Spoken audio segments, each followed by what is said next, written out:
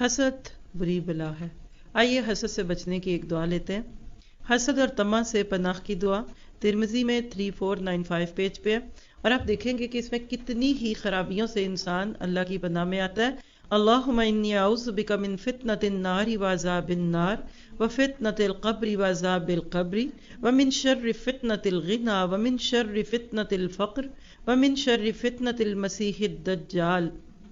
اللہم اغسل خطایا بماء الثلج والبرد وانقی قلبی من الخطایا کما انقیت الثوب الابیض من الدنس وباعد بینی وبین خطایایا کما باعدت بین المشرق والمغرب۔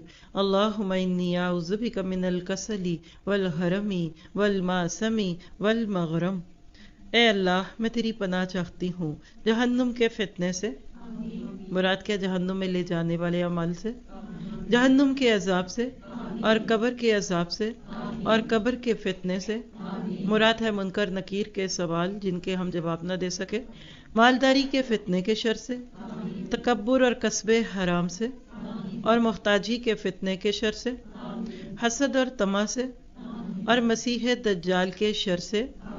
اے اللہ، ہمارے گناہوں کو دھو دے برف اور اولوں کے پانی سے، اور میرے دل کو گناہوں سے صاف کر دے جس طرح کہ تو سفید کپڑا میل کچیل سے صاف کرتا ہے، اور میرے گناہوں کے درمیان اتنی دوری پیدا کر دے جتنی دوری تو نے مشرق اور مغرب کے درمیان پیدا کر دی ہے۔